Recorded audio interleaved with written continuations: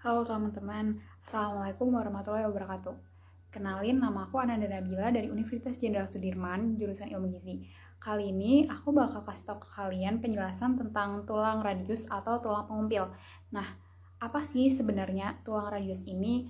Kali ini kita bakal bahas tentang pengertian tulang pengumpil, bentuk, letak, dan bagian-bagiannya.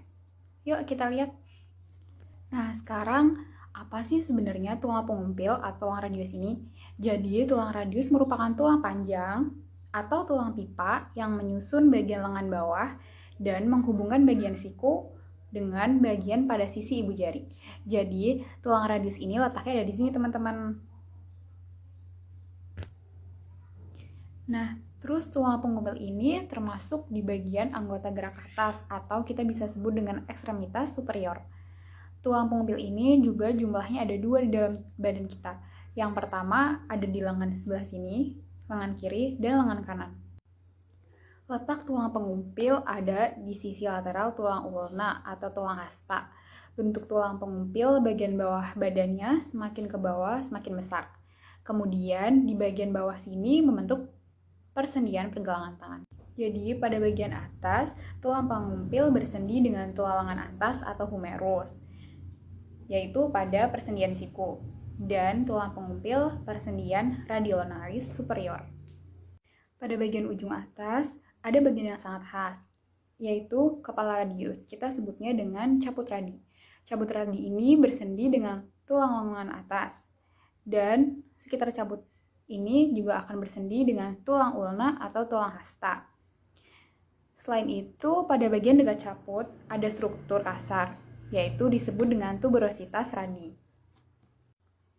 Tuberositas radial adalah tempat perlekatan otot bisep yang letaknya ada di bawah bagian kepala pada tulang radius. Dan jika kita lihat gambar kerangkanya, pada bagian tulang pengumpil ini, bagian ujung atasnya ada yang tajam menghadap ke tulang hasta, yaitu interoseus. Nah, selanjutnya, apa sih fungsi tulang pengumpil atau tulang radius ini? Yang pertama, sebagai tempat perlekatannya otot. Yang kedua, mengatur gerak bagian lengan bawah, mengatur pergerakan siku, dan menyokong lengan bagian bawah. Selanjutnya kita bahas tentang struktur bagian tulang pengumpil. Jadi, struktur bagian tulang pengumpil atau humerus ada 3. Yang pertama, bagian paling atas, bagian batang, dan bagian bawah. Nah, pada bagian paling atas terdiri dari 3, yaitu kepala, leher, dan radial tuberosity. Jadi di bagian kepala ini akan membentuk semua gabungan kapitulum yang nantinya akan menciptakan sambungan humeroradial yang akan menyambung tulang lengan atas dengan tulang pengumpil atau tulang radius.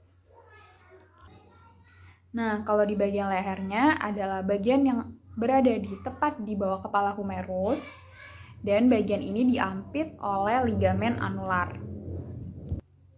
Nah, sedangkan bagian radial tuberosity adalah bagian posterior yang menutupi anterior yang halus dan memisahkan dengan otot tendon bisep.